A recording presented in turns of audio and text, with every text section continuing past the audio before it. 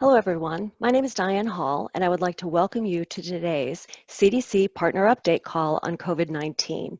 This call serves as a way for CDC to share weekly updates on COVID-19 and our latest resources and guidance, especially for the private sector and other partners. Today's call will focus on CDC's strategies for vaccine planning. First, we will hear from our COVID-19 response Chief Medical Officer about where we are with the response and what everyone should know about protecting themselves and others. Then we will hear from the Director of the COVID-19 Vaccine Task Force about vaccine planning efforts to date. And afterwards, our speakers will take questions from the audience. Please note this call is intended primarily for CDC partners directly involved in the COVID-19 response. It is not intended for media. Should media who are listening have questions, we invite you to reach out to media@cdc.gov. We are recording this call and it will be posted on CDC's COVID-19 website. It will also be available on CDC's YouTube channel. All past partner call recordings can be found there, so please take some time to look over the topics and to share the links for those. If this is your first webinar with us, welcome. Our weekly calls occur every Monday at 3 p.m. Eastern. Please see the link in the chat box to subscribe to our mailing list to receive future COVID-19 Partner Update webinar invitations. We use several email lists for sending out invitations for these calls. If you've missed an invitation over the past few weeks, please click that link in the chat box to make sure that you are on the CDC COVID-19 partner email list. I would also like to take this opportunity to remind all participants that our website has our latest information, guidance, and communication resources. We have over 2,000 documents providing information and guidance for individuals, businesses, schools, and the public on our website. In addition to the resources we'll highlight today, some updates that posted within the past week include release of indicators for dynamic school decision-making to help schools make decisions about in-person learning as local conditions evolve throughout the pandemic. We've also updated information on obesity, race, ethnicity, and COVID-19. And this includes new maps and science on the racial and ethnic implications and potential complications for patients with COVID-19. The easiest way to see the pages that have been updated is to go to CDC's main COVID-19 webpage. And if you scroll down a bit, you'll see a latest update section. And you can click on there and see the update and the date of it. Thanks to those of you who sent us questions in advance. We've already teed up a few of those, and we'll also be keeping an eye on the Q&A box. So please feel free to submit questions or add a thumbs up to questions that are similar to your question. We will not be viewing the chat box or monitoring it. We will use that to post links as we talk about different resources.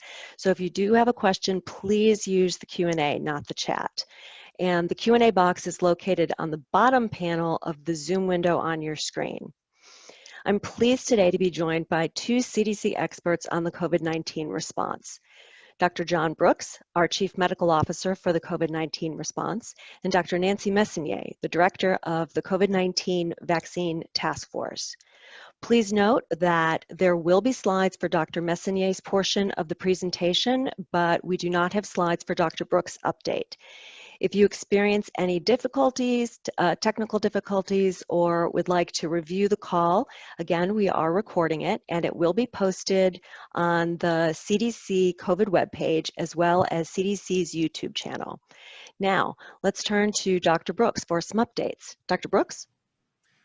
Oh, thank you so much, Dr. Hall, and welcome everyone again for joining us today. As Dr. Hall mentioned, I'm John Brooks, and I'm the Chief Medical Officer for the CDC's COVID-19 response. And today I'd like to provide just a brief update on the COVID response at CDC so that we can have a lot more time with my colleague, Dr. Messonnier, with regard to vaccination, and also some of the latest scientific updates and guidance that may be relevant to vaccination. But let me give you a quick situational update and bring you all up to speed of where we are since last week. Globally, there have now been over 30 million cases worldwide and over 958,000 deaths. That is as of September the 21st, so we're approaching 1 million deaths worldwide. Specifically in the US, there have been over 6.7 million confirmed or probable cases that were reported to CDC, and tragically 198,000 deaths. So we're approaching 200,000 there. These represent 22% of all cases and 21% of all deaths reported worldwide since the beginning of the pandemic, which is also more cases and deaths than contributed by any other country. India and Brazil are third in terms of cases and deaths, and India has more cases, whereas Brazil has had more deaths. Over the past 7 days, the average daily number of new diagnoses was about 40,000. And there's been a 17% increase compared to the daily number during the 7-day period preceding the most recent one.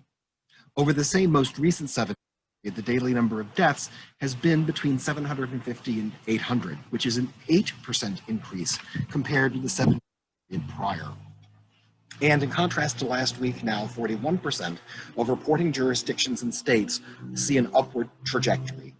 The degree of reduction in the current phase of the epidemic is going to continue to vary as it has since the beginning by state, and the daily numbers of both cases and deaths remain high. Achieving control nationally will continue to depend on a strong public health response, including increased access to testing with shorter turnaround times for results for those who need it, and more widespread adoption of what we call non-pharmaceutical interventions, or NPIs, that I know many of you have heard of repeatedly, including this call, and these include social distancing, hand hygiene, masking in public, especially when you can each other, covering coughs and sneezes, avoiding touching your face, and routine disinfection of high-touch surfaces. We also recommend increasing ventilation, and of course, monitoring yourself and others closely for illness. I'd encourage you to visit CDC's COVID View webpage, where we have a weekly summary and interpretation of key indicators that have been adapted to track the epidemic in the US. I'd like to now highlight one MMWR and note, as always, that scientists around the country and the world are working diligently to better understand how COVID-19 illness affects both patients individually and their communities. Today, I want to share with you what we've learned in the last few weeks from one report in the MMWR, that's the Morbidity and Mortality Weekly Report, for those who don't recognize the acronym, that I think has some relevance for today's topic. Just before I describe this report, I'd like to address some controversy some of you may have seen in the media about the scientific integrity of this publication, as well as possibly CDC. I'll note that the MMWR is often referred to as the voice of CDC. And I want to assure you that the MMWR staff worked methodically to follow the most rigorous scientific review process akin to that of some of the highest scientific journals to ensure timely, accurate, reliable, and most important, trustworthy public health information and recommendations. CDC as an agency stands by the scientific integrity of the more than 100, now over 100 COVID-19 reports that the MMWR has published to date. And our agency remains steadfast in its commitment to make public health decisions and recommendations based on the highest quality scientific data in a manner derived openly and objectively, placing the benefits of society above the benefits to our institution. I hope some of you saw that our testing guidance has been updated, and some of you may have also noticed that over the weekend we had a posting that was describing spread of COVID-19 possibly as an airborne pathogen. I just want to let you know that this was an early draft of a document that was presently undergoing scientific review. It wasn't intended to be posted. That was an error on the part of our agency, and I apologize on behalf of CDC for that. We weren't ready to put it up. When we are, and as we go down that road, we'll of course update all guidances that relate to this topic, where we're looking at the possibility of COVID being transmitted as sort of an opportunistic airborne condition. That means that it can possibly be transmitted through the airborne route, but that this is not the main mode of transmission, that the main mode of transmission remains close exposure within that 6-foot circumference of a person who's infected. Now, let me go on just briefly to summarize the MMWR I mentioned. This was published last week on September the 8th, titled Decreased Influenza Activity During the COVID-19 Pandemic in 4 countries, United States, Australia, Chile, and South Africa, 2020. And this has particularly interesting implications for the upcoming flu season. So this study looked at annual flu trends in the countries I just mentioned, and compared rates during the most recent season during the pandemic to rates during prior years that were where there was no COVID-19 pandemic. So for the US part of this analysis, investigators used data from about 300 clinical laboratories in all 50 states, Puerto Rico, Guam, and the District of Columbia that participate in a virologic surveillance program our agency maintains for influenza. Looking at the past year's 2019-2020 flu season, during the period after the national emergency was declared, influenza virus circulation declined sharply. Before the emergency declaration, more than 20% of submitted specimens tested positive for influenza, whereas after that declaration, this percentage dropped to about 2%. And during the later interseasonal period, so when we're moving out of the flu season now, as it happened in the late spring and into the summer, the percent positive among submitted tests maintained historically low levels at around 0.2%, and that's compared to 1 to 2% that we see in this interseasonal period usually. So let me now look at the data from the Southern Hemisphere countries I mentioned, Chile, Australia, and South Africa. And this is for their most recent flu season that occurred all completely during the pandemic. You know, their seasons are 100 degrees different from ours, and they're actually now entering their spring. And really what's interesting is during the last flu season, their influenza activity was basically flat and below 1% throughout, whereas they'd had robust influenza activity in preceding years. So I just want to caution that although in this kind of analysis, causation cannot be inferred from these ecologic comparisons, these consistent trends over time and place are very compelling. And there's biological plausibility premise that the community interventions we've all put into place for COVID-19, those ones I mentioned before, and for a disease like COVID-19, which like influenza is spread primarily through respiratory particles, that these same interventions that were designed for COVID also helped interrupt influenza transmission. So together with vaccination for influenza, we continue to recommend that we do all those things I've mentioned and everyone's been talking about for COVID-19 to reduce its incidence, that is of influenza, during the coming influenza season. And on that note, and before I move to Dr. Messonnier, I'd like to remind everyone that flu season is coming, and with rare exceptions, the CDC recommends annual flu vaccination for everyone 6 months of age or older, and especially this year during the COVID-19 pandemic. I encourage all of you to get your yearly flu shot and encourage all of your partners and those in your organizations to call and support flu vaccination efforts. September and October are great times to get the flu vaccine.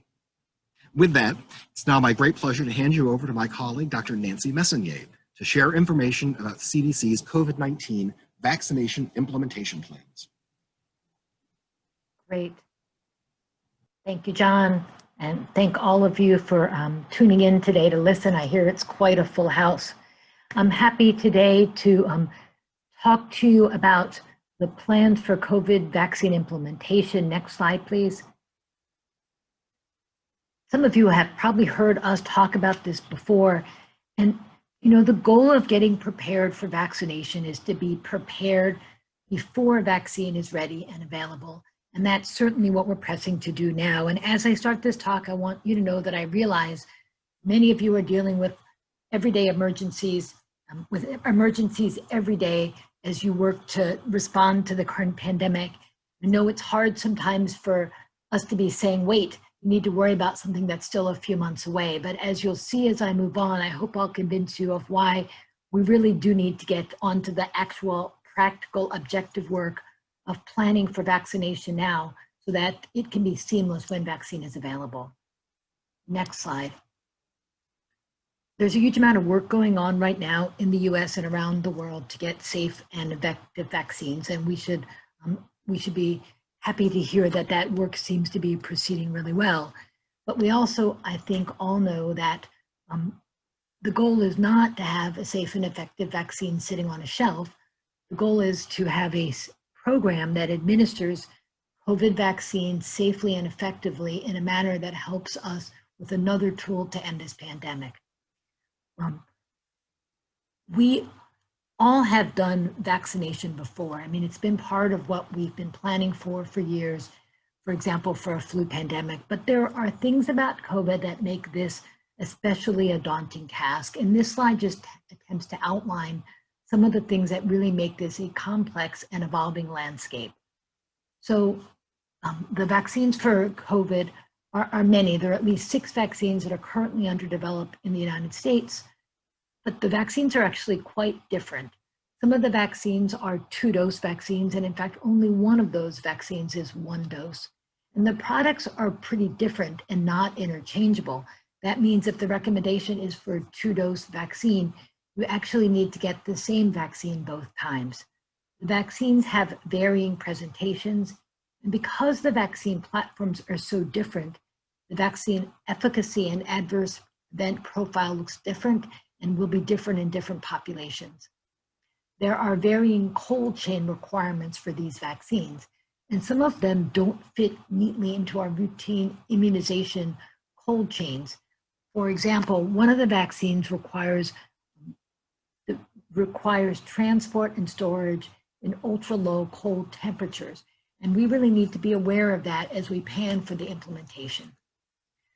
Certainly, we all believe that it's imperative that we protect children and pregnant women, but at least the first available vaccines are being tested in adults, and they won't be immediately available for use in children and pregnant women. As we planned for vaccination, one of the things that we certainly never fully considered was the need for socially distanced vaccination practices. But if we want everybody to feel safe about getting their vaccine, we need to make sure that we can vaccinate them safely.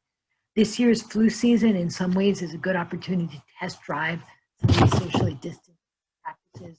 There is guidance on the website. Communication and education are always important as we plan for vaccination, but in the current vaccine planning, it's actually even more important as myths and misinformation are already spreading.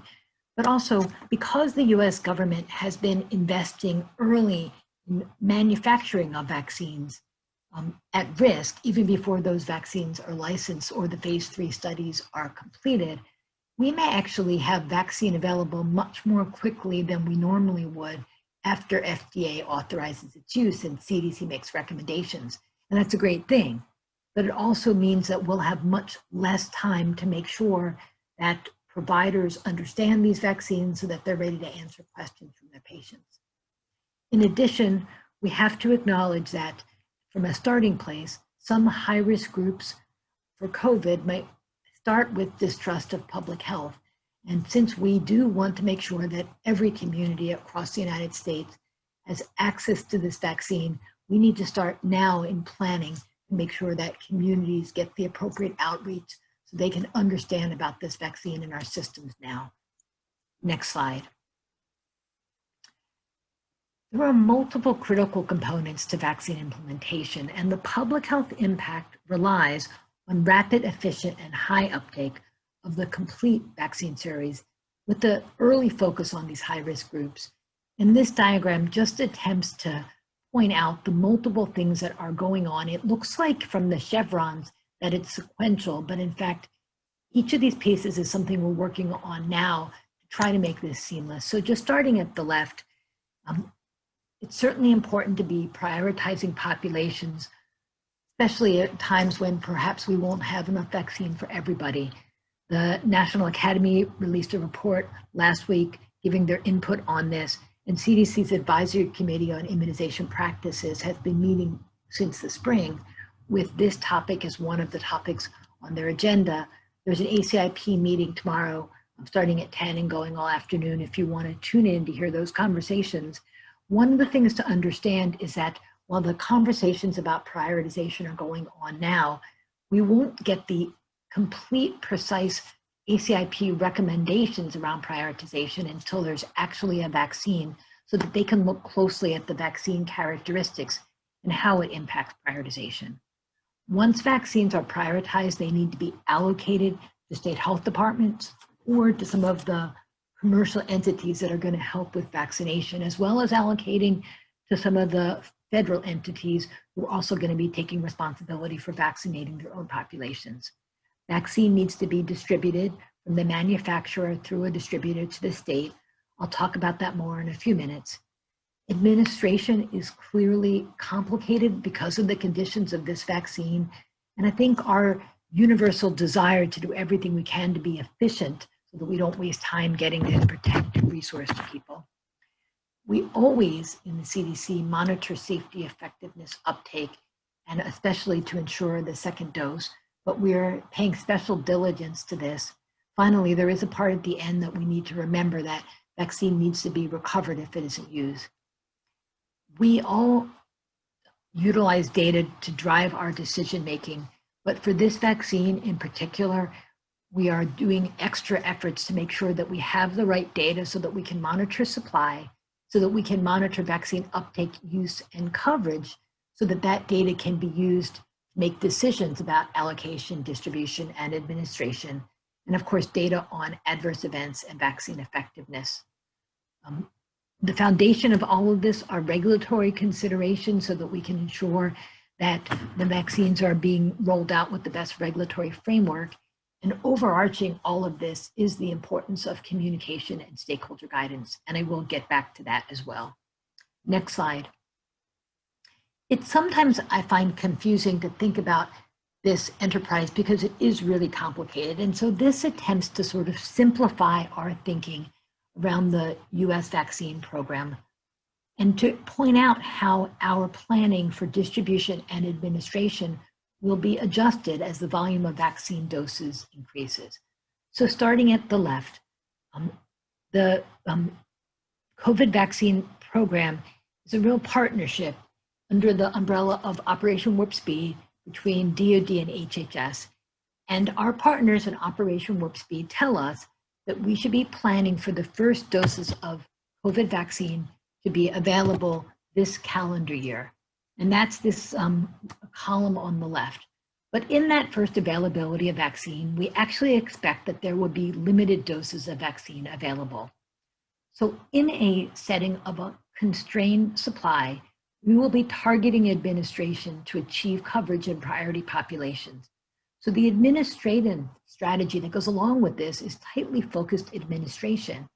And based on the conversations from the National Academy and from ACIP, as well as Hopkins and the World Health Organization, at this point, we're expecting to be focused on, we think, groups at high risk because of their occupation, as well as specific priority populations. And because of the characteristics of the vaccine, we expect the vaccine to be administered in closed settings.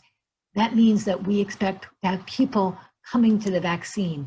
At this phase, we don't expect vaccine to be available in every provider's office. I think that's important for you all to know that the day we announce vaccine is being rolled out, we don't want people calling their provider expecting to be able to get it. That is going to occur in the second stage. So again, because the vaccine is being manufactured already, we expect that next year, vaccine may be more rapidly available. And again, these are numbers from our partners in Operation Warp Speed. In this phase, we expect there will be sufficient supply to meet demand, and supply means we'll increase access. In order to really deliver on the promise of this vaccine, we need to have a broad administration network to include this surge capacity so that we can get vaccine out to everybody who wants it. So we'll be expanding quickly beyond our initial populations. We'll be administering through commercial and private sector partners. That means pharmacies, doctors' offices, and clinics.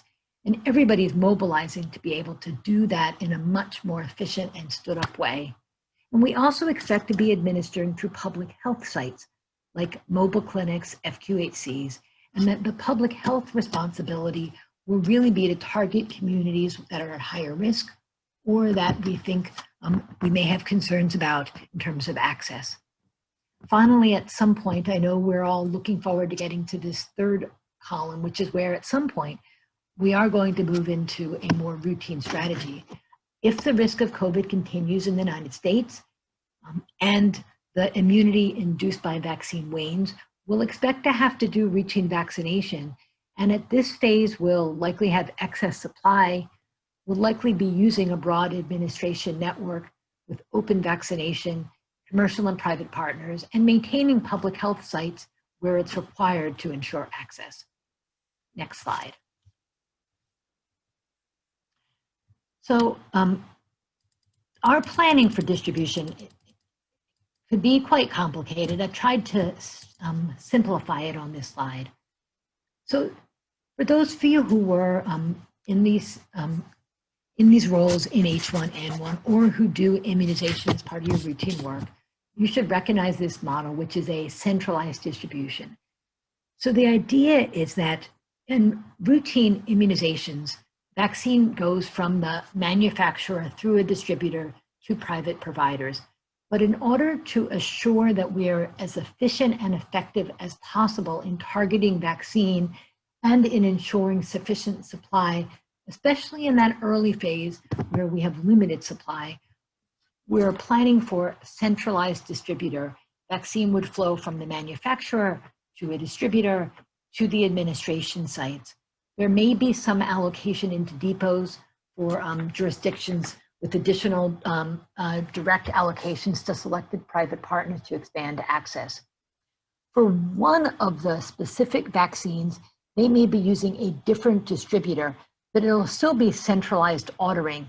And that means that we will be able to manage supply much more tightly. And again, very important in this early stage where we have limited supply and we need to make sure that the vaccine is really targeted on those priority populations. And also to ensure that for those vaccines that require 2 doses, we're being sure that providers and patients have access to a second dose. Part of the reason we're doing this also is that we think it provides a way to actually manage this much more closely. And so matching with the movement of the vaccine through this system, we also have data systems set up to be able to facilitate it where we're able to monitor the supply levels more closely, but we're also putting in systems that will allow dose level accountability, which again would be really important as we control this system, but also for local and state health departments and policymakers to understand the impact of the vaccine in their area. Now, at the bottom of this, you'll see some light blue boxes. Those show some of the administration sites. It's not meant to be inclusive, but the idea here is that, especially in that second phase, we're going to have to go outside of our traditional sites to really ensure rapid access to the vaccine when it becomes more widely available. Next slide.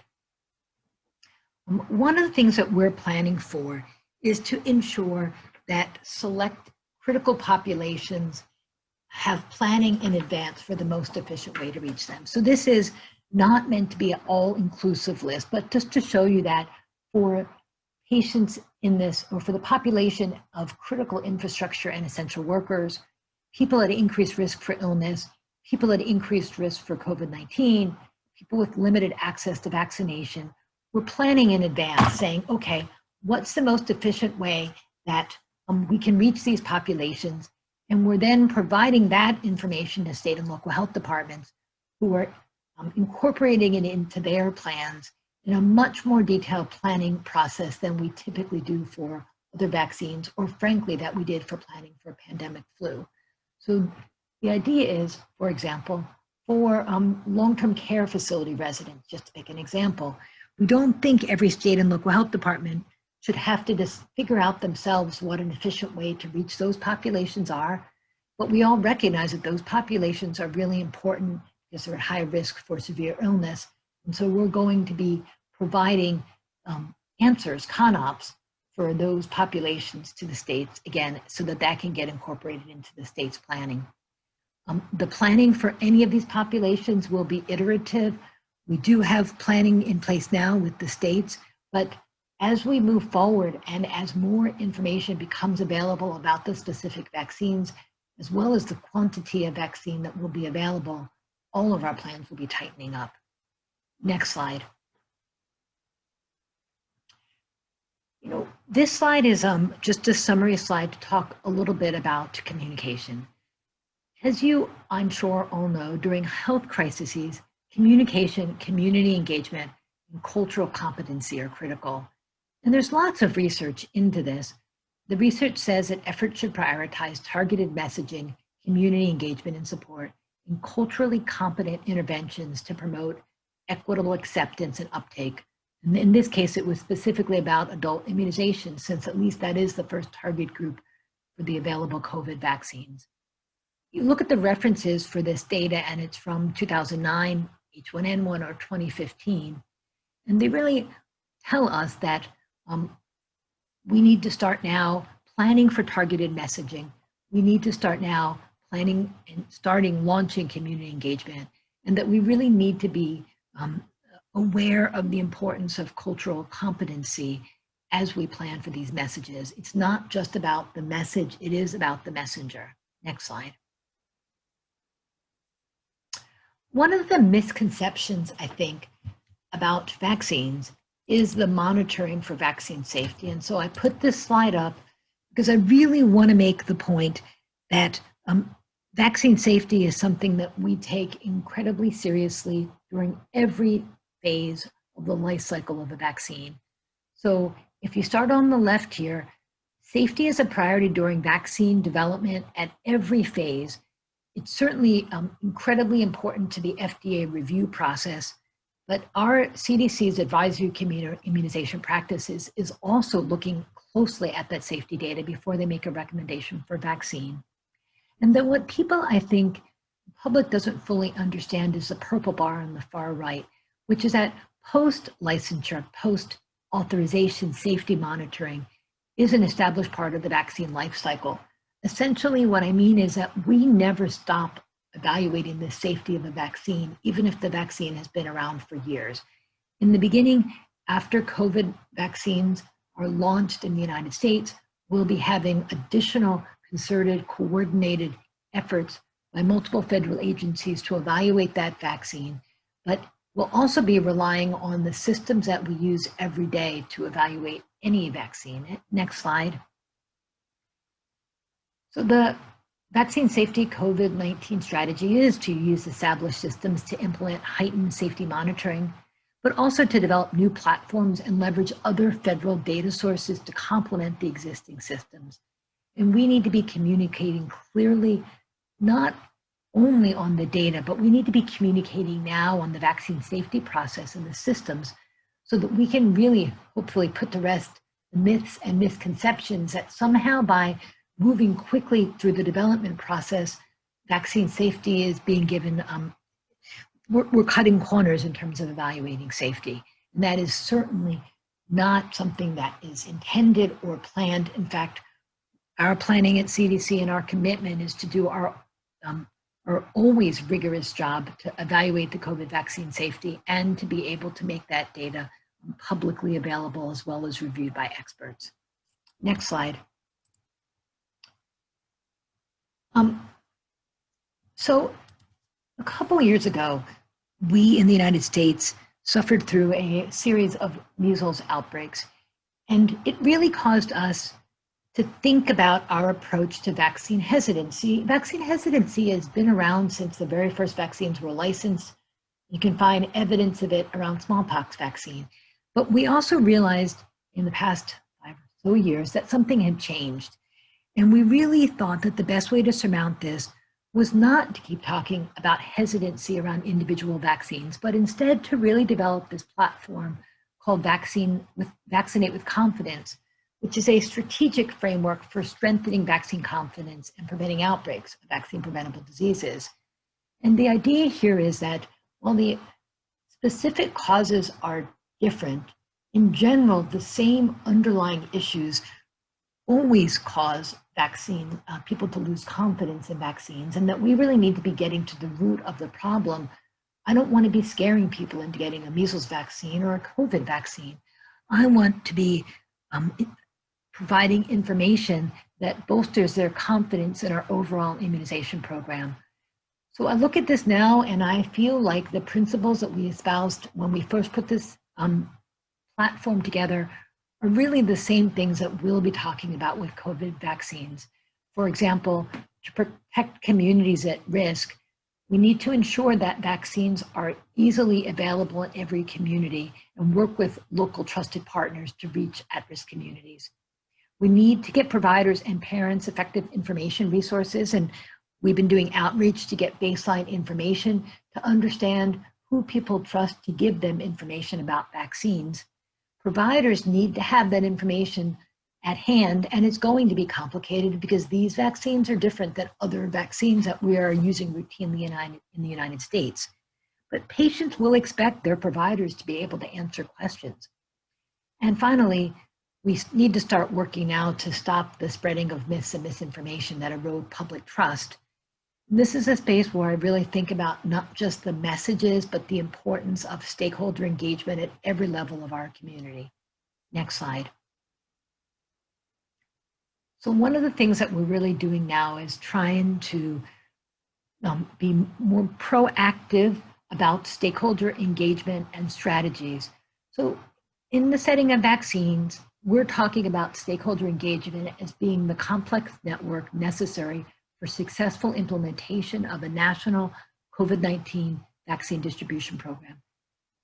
This engagement needs to support local, state, and regional planning to promote vaccine to the general public and special populations, and to ensure vaccine equity and access. Our strategies are to provide routine and timely updates on vaccine planning, like I'm doing with you today, to build the national network to amplify the messages and outreach to increase trust, acceptance, and uptake of vaccine. I think this is both at a national level, but really importantly at a state and local level, where we're asking our state health departments to really step up their efforts to engage their stakeholders now, to engage in dialogue with new and existing partners, to understand key considerations and needs for special populations, and to stand up specific stakeholder groups now for communities of color, so that we can ensure that those communities are getting reliable, scientifically valid information from people that they trust. Next slide. So what do partners need to know boiled down into one slide? It is a really complicated time and a complicated vaccine landscape with many types of vaccines in development that could possibly be authorized by FDA. No matter how quickly vaccines are developed, CDC and FDA will deploy their routine procedures and systems to ensure vaccines are safe and effective.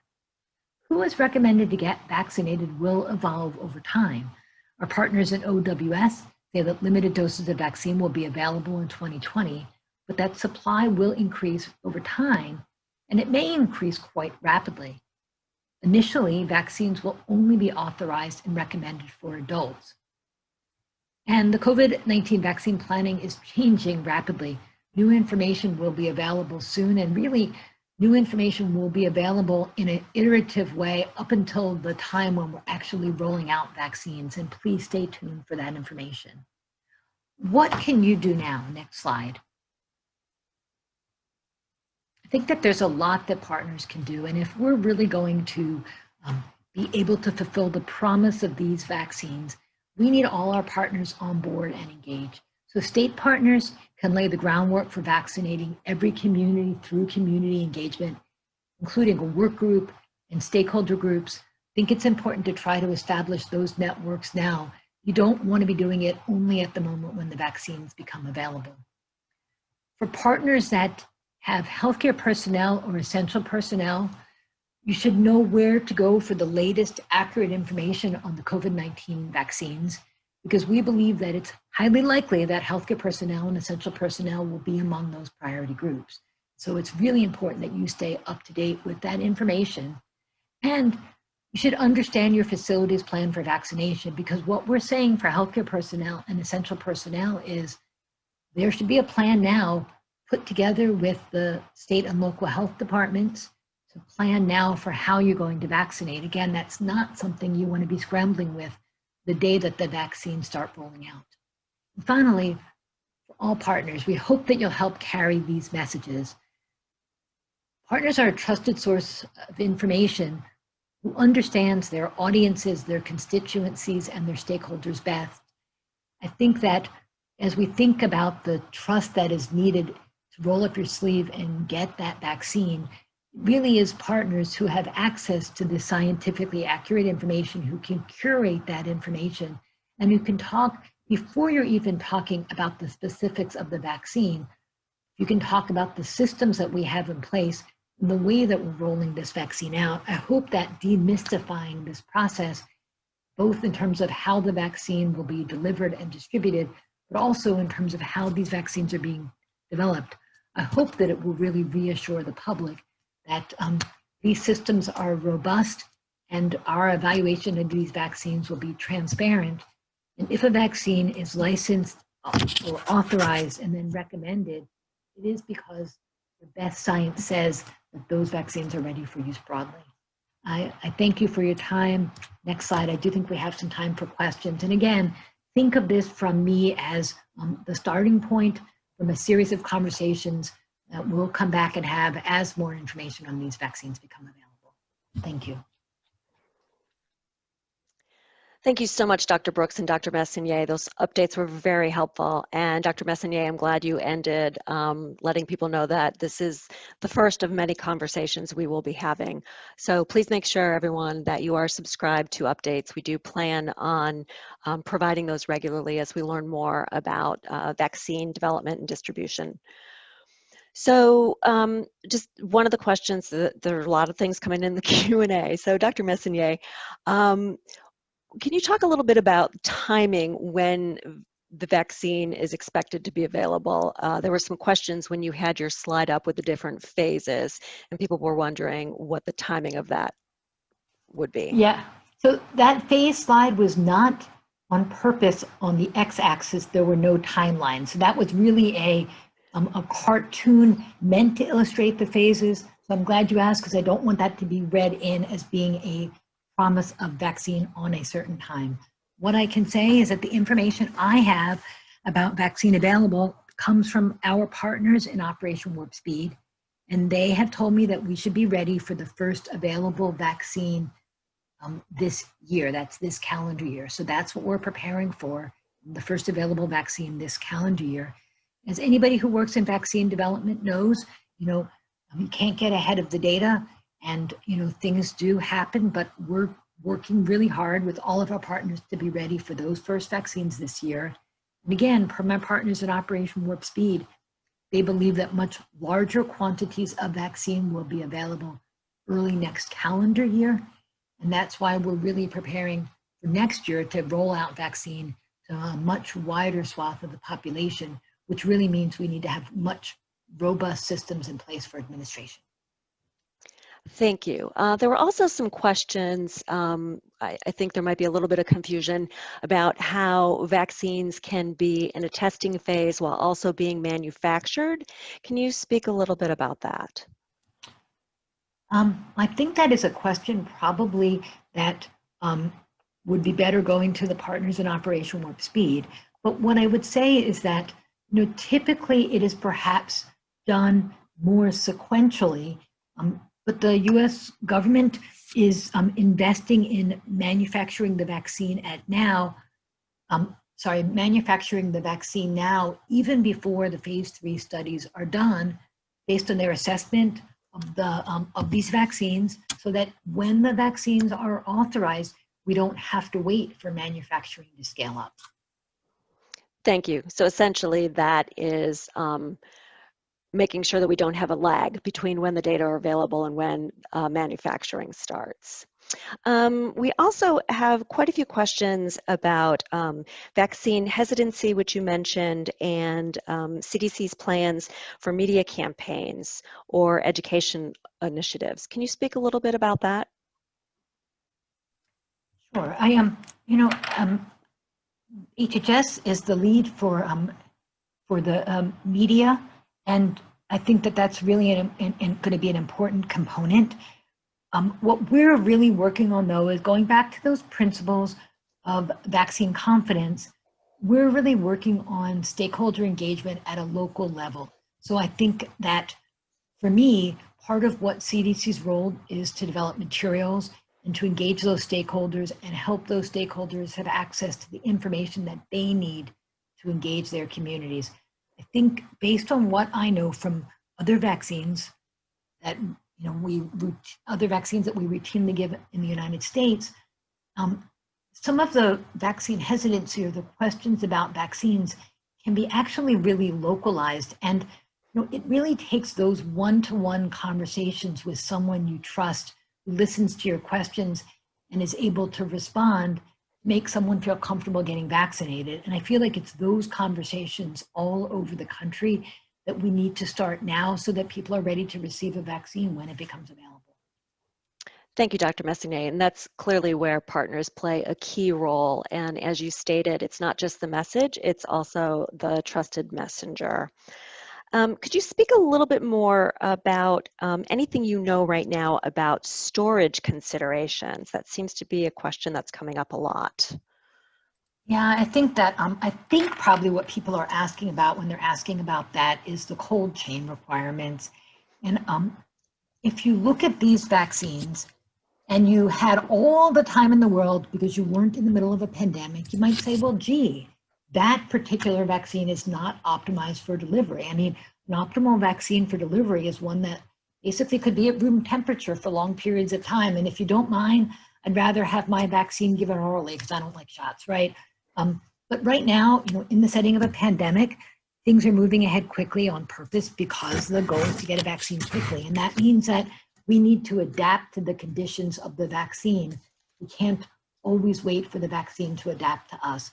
So for example, one of the early vaccine candidates is a vaccine that is transported at ultra low cold chain.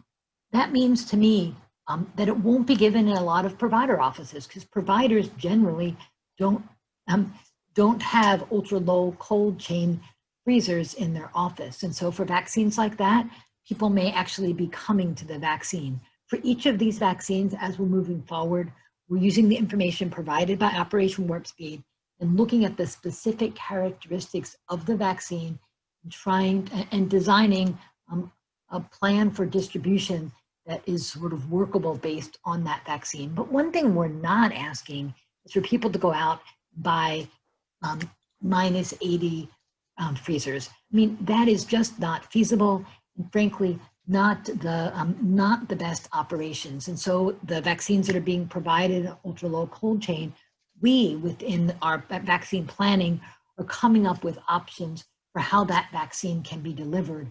Again, we're not expecting state and local health departments or healthcare providers to go out and buy ultra low cold chain.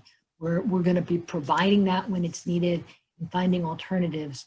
Again, we need to adapt to these vaccines in the beginning, make the best use of them possible. Thank you, Dr. Messonnier. I think you covered several questions there with your response. That was very helpful. Can you speak a little bit about priority populations and how that will be determined? Right. There are multiple groups that have looked at priorities, and certainly the National Academy has just released its preliminary report and will have a final report soon.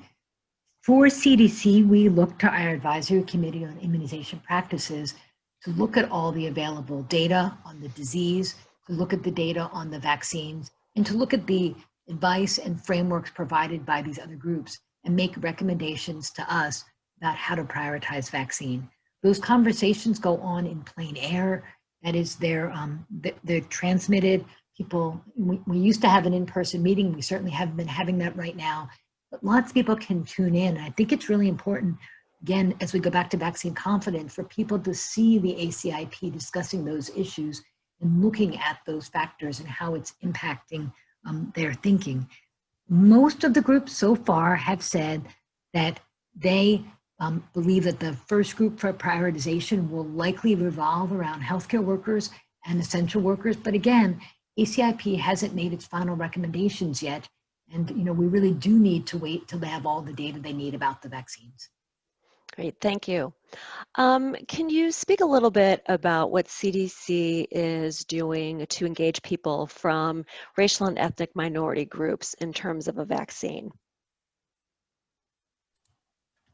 Yeah, so thank you for asking this question. It is a hugely important issue. We want to make sure that everybody has easy access both to the vaccine and to the information that they need to make a decision about getting vaccinated. For those of you who are familiar or work on vaccines regularly, One statistic you might know is that there are racial ethnic disparities in influenza vaccine coverage for adults. That is, African Americans and Hispanics have lower flu vaccination coverage for adults. And this has persisted for a number of years and is a frustration to me. We just this summer actually had an advisory group come in and give us a consultation with a number of advisors who came in and gave us advice about this problem. And one of the things that they pointed out is that working nationally is important and fine, but really change is going to come at a local and community level. And that's where we can make the biggest impact. So we've taken that lesson to heart and are specifically working right now with this year's flu vaccination campaign to really make sure that we're engaged at a community level where possible, and to try to make sure that we're getting the messages correct. For me, when you ask what we're doing, I mean, we are definitely doing things at a national level, but we're really also asking our state and local health departments to do that kind of engagement now at a local level, because I think that is really where change will come. I think that's where the trust and the trusted messengers will come.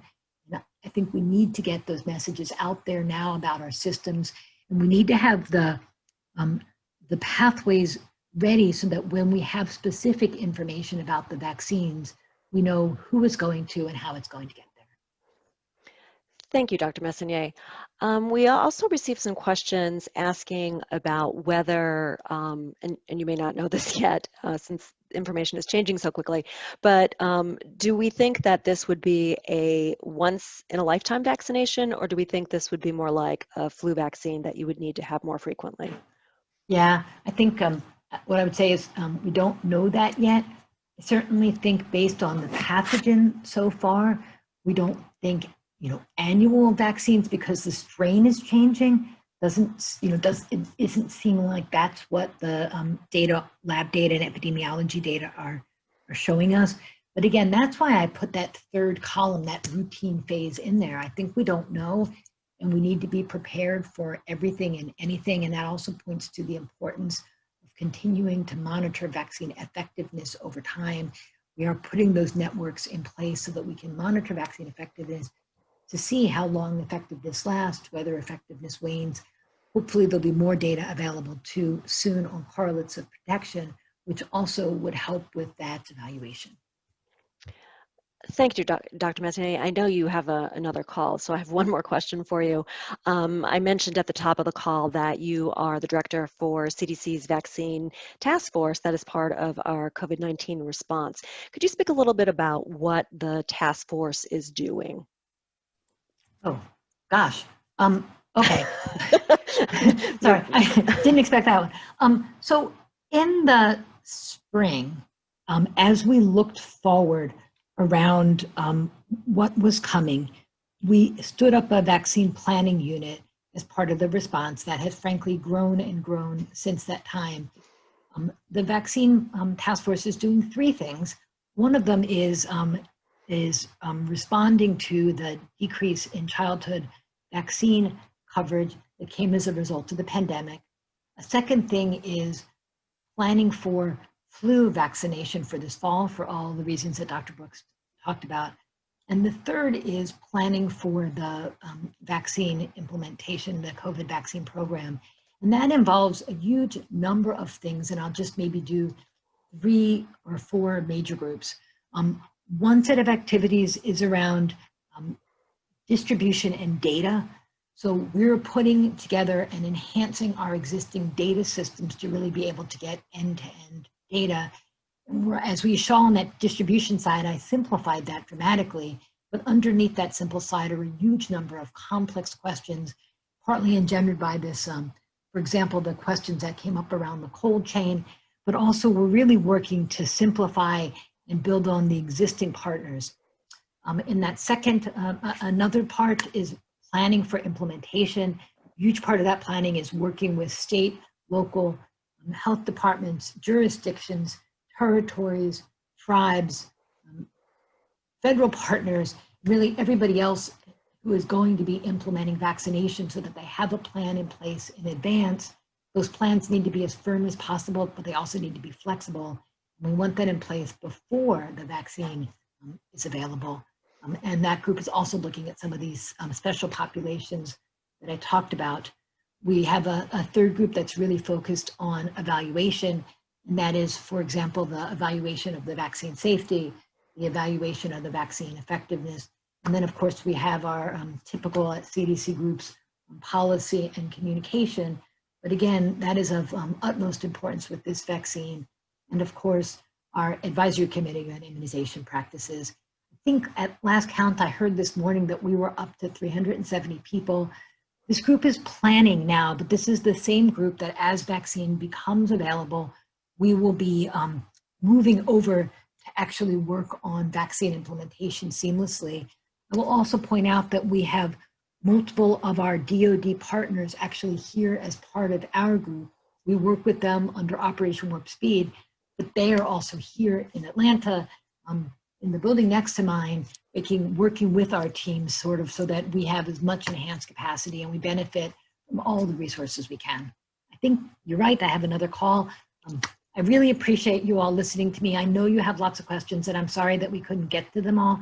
Part of this is really that for a lot of things, we're not completely done with the planning yet, but at the same time, we need to start moving forward, and your engagement is really crucial as we start planning for the availability of the first vaccines. Thank you. Thank you, Dr. Messonnier. We really appreciate it. Dr. Brooks, I do have a question for you. Could you speak to when someone should get tested for SARS-CoV-2? Sure. I guess a little more context, or is that just the question, when should you get tested? Well, there's a question about if you're not showing symptoms and when you should be tested. And then there's a really interesting question about if you're tested for both flu and SARS-CoV-2 and test positive for flu but not SARS-CoV-2, what should somebody do in that situation? Yeah, oh, great. Yeah, interesting. So in terms of when somebody should be tested, I think one of the messages we've been trying to communicate, and thanks for asking this good question, is that we want people to be tested when they think they've had an exposure. That's the primary group we want to see get tested. So if you've had close contact with someone, whether you have symptoms or not, you need to be tested. Now, what constitutes close exposure? We generally say it's if you had direct contact with someone who was known to be infected, you hugged or kissed them, they coughed on you, sneezed on you, something like that. You shared utensils or when eating with them. Or if you have spent 15 minutes or more within 6 feet of them, even if it was just sitting there, breathing quietly, reading a book or something. Those are people who we really recommend testing for. If you don't know that you've had a contact, but you develop symptoms that you're worried could be COVID-19, and a lot of these symptoms are just like what you might see with the flu and other flu-like illnesses, that merits a test as well, and that's when you need to call your provider or go and seek out testing. What if you go and get the testing and they test you for both influenza and COVID, which we hope will be more the case in the future as we develop these sorts of PCR tests and other tests that can test for all 2 or 3 at once. So it comes back and maybe it says you have flu, but it was negative for COVID. What should you do? I think my general rule of thumb from a clinical perspective is that you'd manage the person first and foremost if they have influenza. The only thing that would alter my immediate thinking around that, 2 things, and it all again relates to exposure. Has that person also had a close exposure with someone who was known to have COVID? So you could have sort of that unfortunate double whammy, right? You both get influenza and you just recently had a close exposure. Or the prevalence of infection starts to really step up in your community, so that we're looking for that. We want to see it going down. We want to see the number of cases going down. We want to see the percentage of tests that are done and that are positive going down. But if that starts to take a different trend and is really starting to jump up, I might be a little more predisposed to saying, listen, while you're taking a couple of days off for flu, see if you can take 14 days off or more, 14 days off or so, rather, to quarantine against the possibility you might also have COVID. There have been co-infections reported it's in, I think I've seen some from other locations, so we know it can occur. So yeah, I hope Thank you, that's Doc. helpful. Yeah. Yes, thank you, Dr. Brooks. Any closing remarks or additional thoughts you'd like to share before we wrap everything up? I want to really, first of all, thank you all for listening, because Nancy Messenger pointed out, your partnership in this is critical. This is a book that we're just all starting to write together. And, we're going to get more clarity as we go on. This is the beginning of an ongoing conversation. I want to assure people that the name of the effort nationally, although it's called Operation Warp Speed, that doesn't mean we're rushing ahead headlessly or without being careful. And the one thing I hope everyone walks away from this call today is the real value all of us who are engaged in this enterprise place on this safety aspect of vaccination. And I just want to thank you again for participating and your patience. Look forward to speaking with you next week. Thank you, Dr. Brooks. So I just wanted to let everyone know this is actually the last call that I will be moderating. I have really enjoyed my time working on the response and working with the policy unit folks that are part of the response. And I'm pleased to announce that Lieutenant Commander Samantha Morgan will be taking over as deputy for that group and will be with you next time. Just a reminder, we did record today's call and it will be posted on CDC's COVID-19 webpage. It will also be available from CDC's YouTube channel page. And we did put the subscription link to receive future updates in the chat box. We will not have a call next week because of Yom Kippur. So please tune in to our call Monday, October 5th, when experts from CDC's National Institute for Occupational Safety and Health, or NIOSH, will join us and share information on wearing masks. Thank you for joining us today. We appreciate your time.